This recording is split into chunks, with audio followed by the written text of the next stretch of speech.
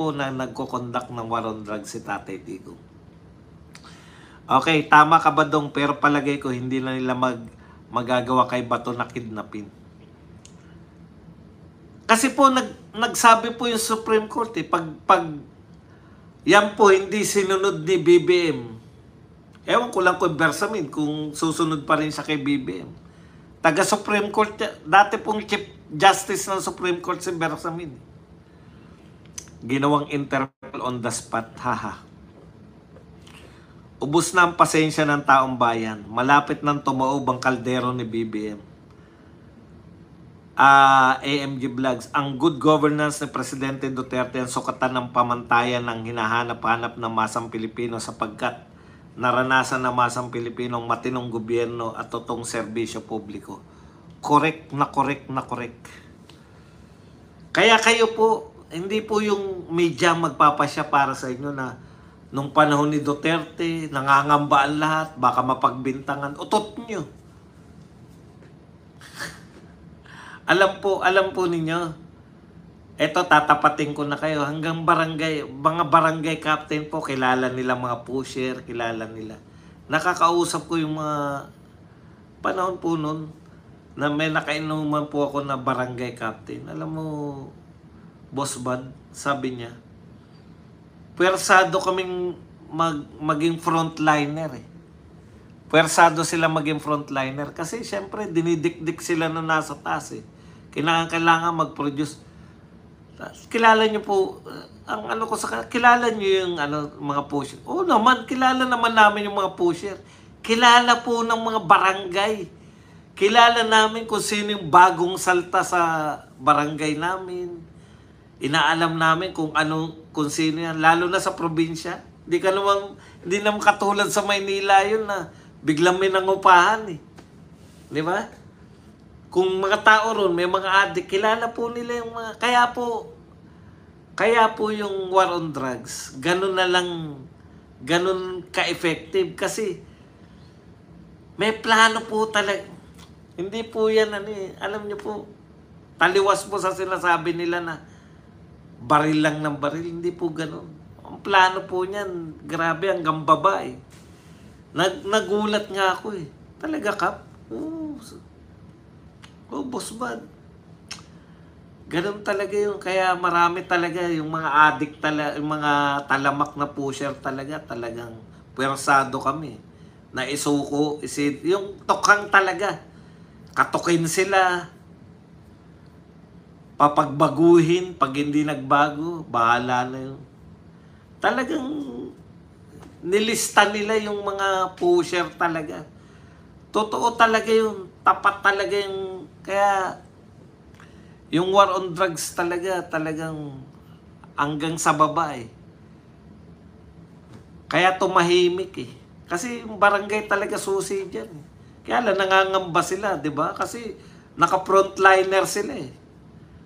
Ngayon, wala na silang, ang pronouncement ngayon, walang, dapat bloodless.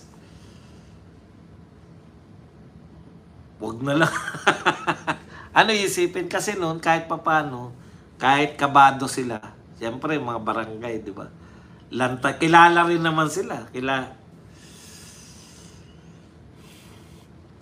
2 times barangay captain sa lugar namin, kilala niya lahat ng gumagamit. Kaya dapat na-impeach o matanggal na presidente si BBM. Ngayon, malakas ang loob nila kasi syempre kahit papano, sila ng pulis. Pero ngayon, iwanan na lang sa ere. Bakit sila gagalaw pa?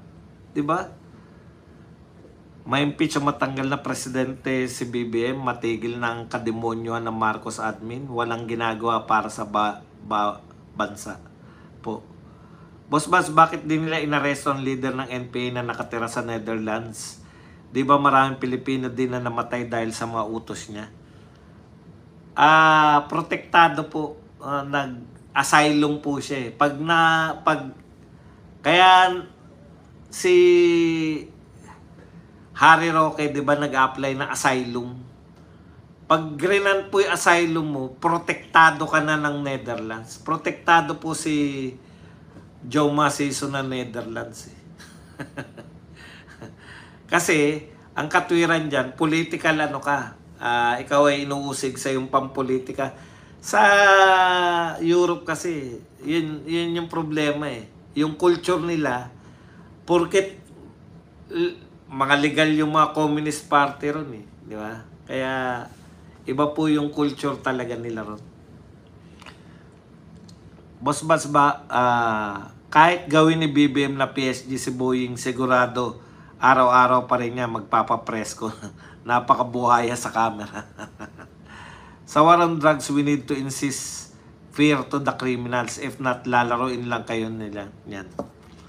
Yun po yung meron si Duterte. Kaya niya makipag-usap sa mga kriminal. Hindi naman kasi pwede yan sa kriminal na kakausapin, di ba? Alam nila yung batas ng kriminal eh. Boss, nakita mo yung pinasok ko sa'yo, grabe po 1% binagsak ng GDP mula noong second quarter. Ano pa ba i-expect mo? Maganda pa rin ekonomiya ng Pilipinas. Baliktad nga tayo, lahat umaangat yung anong tawag doon? Lahat umaangat yung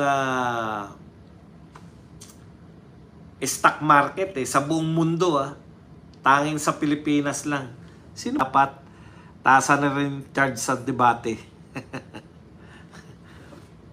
Mirna Lim, fake news siyang lumalabas na may budget na 3K ang bawat mag-rally na INC. Sariling gastos yan bawat kaanib ng INC. Walang ganun sa INC na bibigyan ng 3K para sa rally. Kilala na po natin yung INC. Hindi po hindi nila kinakailangan magbayad para matinang rally.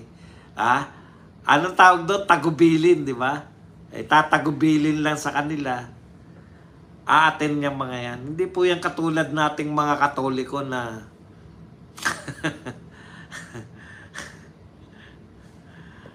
wala na yung power ni Alam mo, in fairness po kay Cardinal Sin, no? Si Cardinal, eto kasing mga natin namumulitika eh. Yan yung problema nila eh.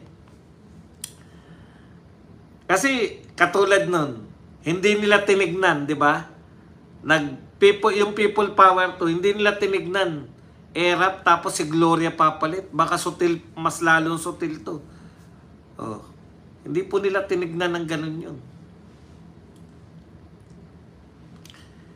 Tinignan nila yun na dapat, yan yung problema ng dilaw. At yung Makabayan Black, talagang galit yan kasi alam nyo naman. Pero yung dilaw kasi yun yung problema nila. No? Hindi, dapat si Marcos lang. Ang alliance nyo dapat sa Duterte. Kasi panawagan, siyempre, anti-corruption. Anti-corruption tapos yung ka-alliance nyo si Marcos. Paano yun? Good PM, boss. Musta si Pastor, boss? Wala kang balita. Ang uling balita natin, di ba, hindi siya pinayagan ng hospital arrest. Yun, ang huling balita natin.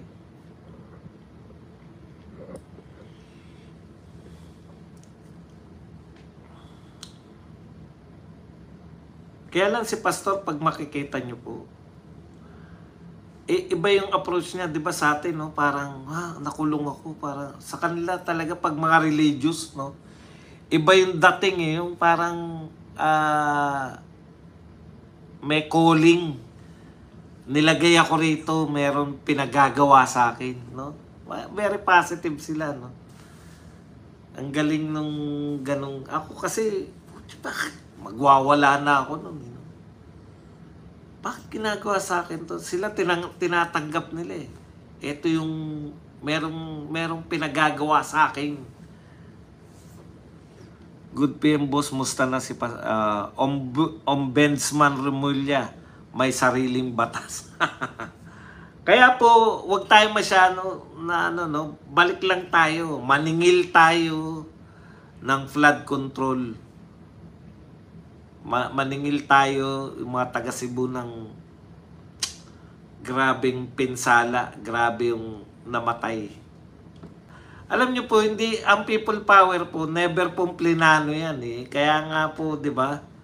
Kung ang paplanuin, hindi po Yung dalawang people power, yung biglang nagalit yung tao. Kaya lang, nakapag-adjust na eh. Alam nyo kung bakit ayaw na rin ng tao? Mas peste pa eh. Pinalaya si Marcos, pumalit Aquino.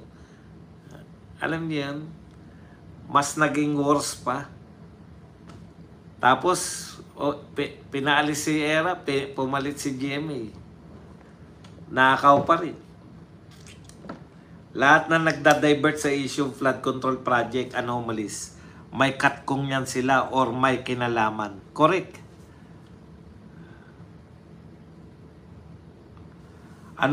Boss Bats, wala rin plano ang gobyerno sa mga papauwing OFW ngayong Kapaskuhan?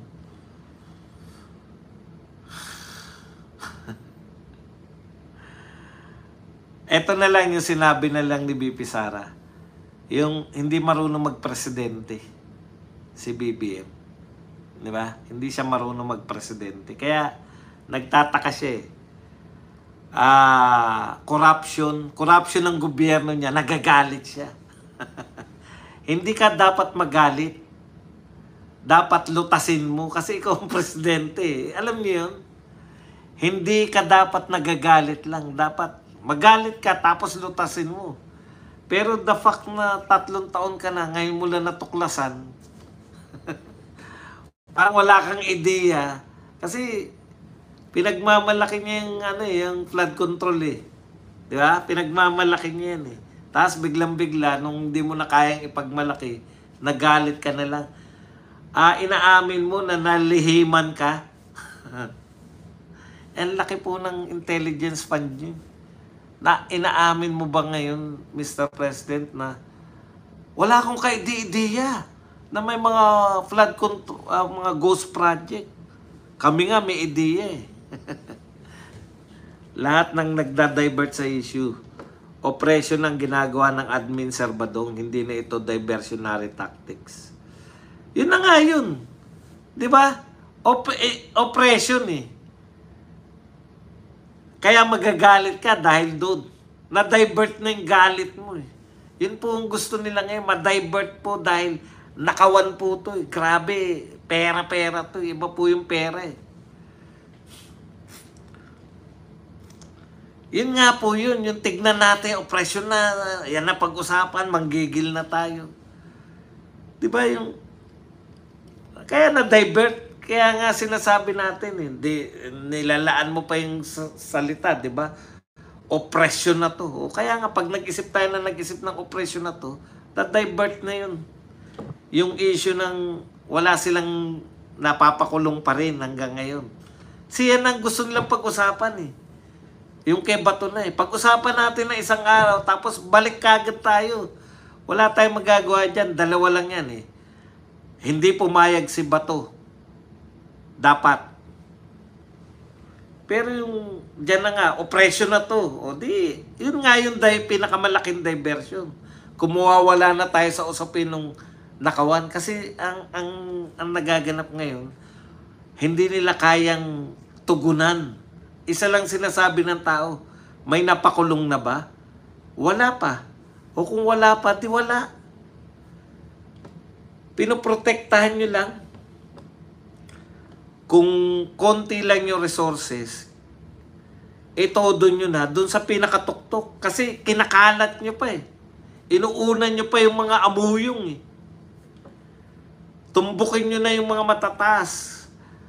Kung wala pa kayong, sabi nga ni Tito Soto, tignan nyo, kung hindi ka protector, kung hindi ka tuta, ikaw pa nag-announce, sabi niya, isang beses pala nabanggit si Martin eh. Sabi ni Tuta Soto, nag-iisip nga ako kung dapat ba siyang ipatawag sa Senado o hindi. Mr. Tutasin, kahit nga po hindi pa nababanggit, kung sangkatutak yung congressman na involved at may utak kayo sa Senado, kahit hindi pa nababanggit si Martin, diba? Kusa na kayong maghanap kung si Martin ba ay mayroong involvement o wala. Kayo na mismo dapat. Tapos dahil isang beses, hindi po isa, dalawa, si Diskaya binanggit din siya.